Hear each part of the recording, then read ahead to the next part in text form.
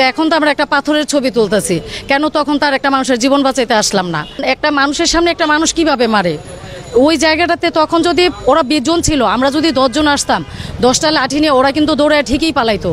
যারা করছে ম্যাক্সিমাম লোকের নাম বলা যাবে না, বললে আজকে আমি কালকে আমার তো নিরাপত্তা নিয়ে আমার সমস্যা।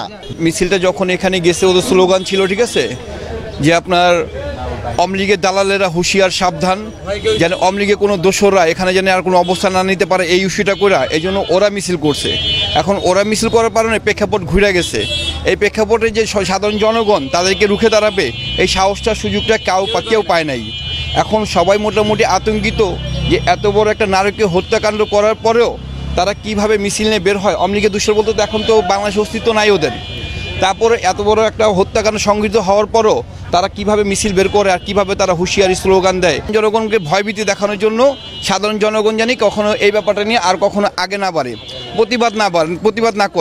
প্রতিবাদ না করার জন্য এই মিছিলটা ওদেরকে হুঙ্কার হচ্ছে। এরকম যেটা আপনারা দেখছেন লাইভে এসে ওরা কীভাবে নারকীয় হত্যাকাণ্ড চালাইছে, এটা একটা মেসেজ ছিল যে যদি কেউ চাঁদা না দাও তাহলে কিন্তু এখানে তোমাদের পরিণতি এরকমই হবে। এখন আমরা সাধারণ জনগণ খুবই আতঙ্কিত যে তারা এখনই যে অবস্থান করতেছে তাদের ওখান থেকে শুধু বহিষ্কার করছে বা নিন্দা জানাইছে। এতে কি সমাধান হয়? একটা মানুষকে জীবন কি ফিরে দিতে পারে? কোনোভাবেই সেটা কাম্য না।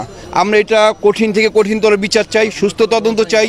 যারা এখানে হত্যাকাণ্ড অংশগ্রহণ করছে, এখন আমরা শুনছি 4 জনকে ধরছে, তাদেরকে বিচার আলতে আনছে, কিন্তু সেখানে 4 জন জড়িত ছিল না, কমপক্ষে এখানে 20 জন জড়িত ছিল। ফুটেজে দেখা গেছে আমরা 15-20 জন আমরা নিজেরাই দেখছি। এই 15-20 জনকে শনাক্ত করে তাদেরকে আইনের আলতে আনা হোক, কঠিন থেকে কঠিনতর শাস্তি দেওয়া হোক।